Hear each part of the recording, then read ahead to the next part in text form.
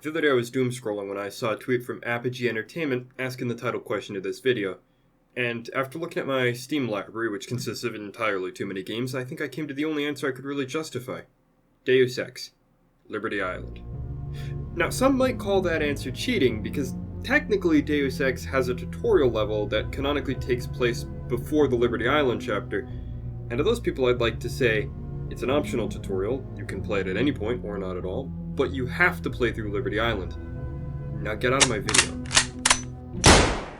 Now to buy me some time while I hide this body, this video is sponsored by nothing!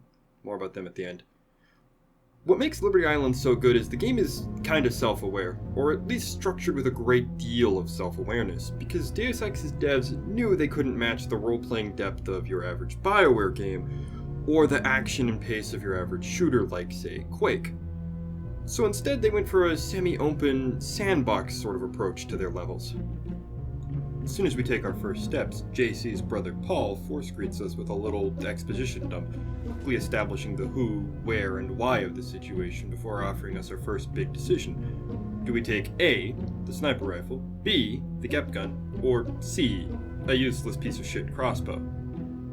Already there are 3 entirely different playthroughs of this level depending on what weapon you choose.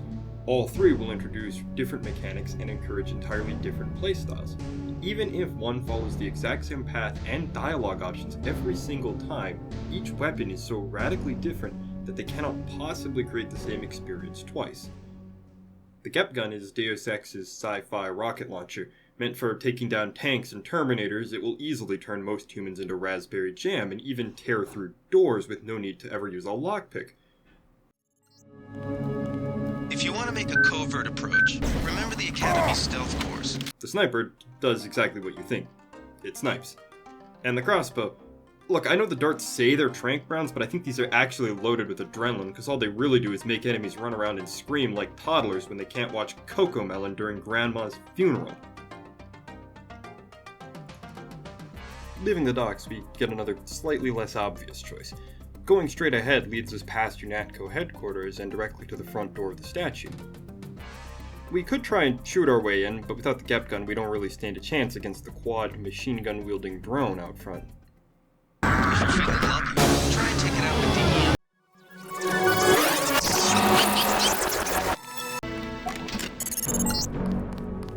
The NSF put a commercial-grade security bot in this area. You can either avoid its patrol route, or, if you're feeling lucky... In another playthrough, going right leads us to a wide open space. Perfect target practice if only we grab the sniper rifle, but we can just sneak past everyone by sticking to the shadows. Hands dirty. Remember that a headshot is a lethal takedown. I saw somebody. Maybe we'll go and see that Harley Philbin our SIGINT guy Alex mentioned.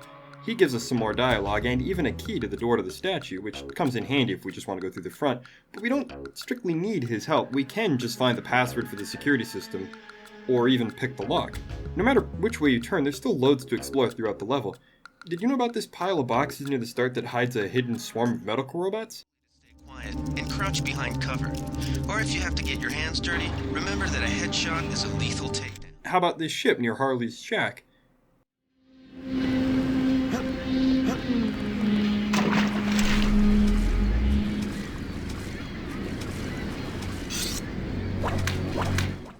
But it's not just hidden items. Every single non-hostile NPC will give us their thoughts on the situation and offer their advice, while others will just dump their life story directly onto JC at the slightest provocation.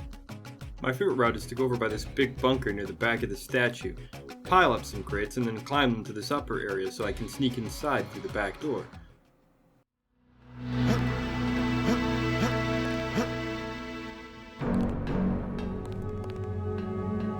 Is someone there? I saw somebody. Maybe just a homeless guy.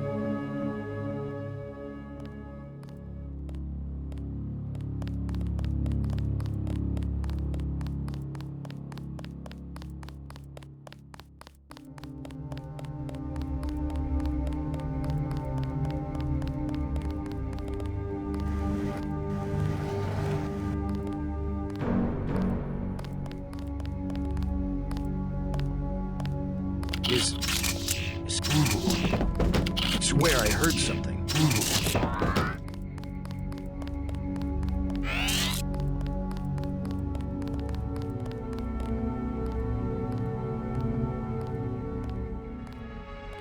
That fascist.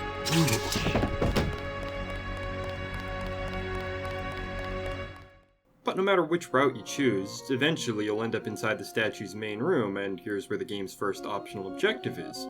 We could just go up the stairs and finish the mission, or if we find a way past an alarmed door, we can rescue Gunther Hermann, German super cyborg, resident Arnold Schwarzenegger impersonator, and our fellow UNATCO operative. I think most other games would do some lazy cop-out, like having Herman be injured or otherwise unable or unwilling to help with the mission, but thankfully that's not Deus Ex's style. We can give him a weapon and set him loose, allowing Herman to do the bulk of the heavy lifting and clear a path for us all the way to the top of the statue. Or we can tell him to beat a retreat and deal with the entire mission on our own. Either choice not only has an immediate impact on the mission in front of us, but will also get acknowledged later on where appropriate. Manderley, our commander, will chew us out for abandoning Herman, while Gunther himself will be suitably pleased or pissed off by our respective choice. I won't spoil what happens when we do finally ascend the statue, because frankly I think I've covered what I need to make my point.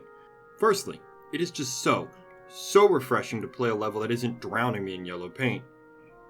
But what's the real secret here? Firstly, Liberty Island separates tutorial from progression. Most games try and marry the two, which, much like a real marriage, leads to the game feeling like it holds you back and runs the risk of turning the whole experience into a sort of a Skinner's box. You sit around, read the tutorial prompts, press the highlighted button, and get a controlled shock directly to the pleasure center of your brain. Meanwhile, Deus Ex prefers a less gentle approach, and isn't afraid to stretch your butthole a little. Did you read the manual? Play the tutorial? By passing responsibility to the player, Deus Ex is able to hit the ground running and let you focus on getting a feel for the actual mechanics of the game. This kind of thing is especially bad in modern gaming, where games are designed so that even the most narcoleptic pseudo-mammalian slug creature can reach the little screen at the end that says, "You're winner." Seriously, all jokes aside, go play Red Dead Redemption 2. It's a great game, but it is also easily the best example of this kind of ultra-linear, interactive, movie-type game design I've ever played, outside of a Telltale or a David Cage game. Perhaps a better, less controversial, and more contemporary example could be found in the Half-Life games, which infamously start off by literally railroading you. And since you're trapped in such a linear sequence of exposition, you never get a sense of freedom, which admittedly is a core theme in Half-Life's story, but strict adherence to thematic storytelling rarely makes for engaging gameplay. And I think that's the biggest secret of all, knowing when to hold back and just let the player go, letting things take place in the background, letting the player ferment their own understanding of the game's story and world, while the main mechanical focus is on driving them to actually engage with the game and have fun. Not retention, not completion, not even understanding, really. Undoubtedly, there is going to be some repetition and some frustration, because there really are no training wheels here, but ultimately I think the end result is worth it. Liberty Island may not be the most subtle story setup ever, it may not be the most challenging level, or have the most explosions, but everything it does serves to ease the player into the world of Deus Ex, and wordlessly, indirectly, into the most fun parts of the game. I want to give a huge thanks to everyone who watched all the way to the end, and to those of you who are willing to like and subscribe, and even those of you who are willing to dislike and send me hate mail. It means the world to me that you guys are even willing to listen to me when I ramble on about my favorite games for no apparent reason. I also want to give a huge special thanks to my bestie Mage for letting me use his speedrun footage of Quake as B-roll and end credits placeholder. So good morning, good afternoon, good evening, or good night, whatever it is for you, and may your god, or your gods, go with you.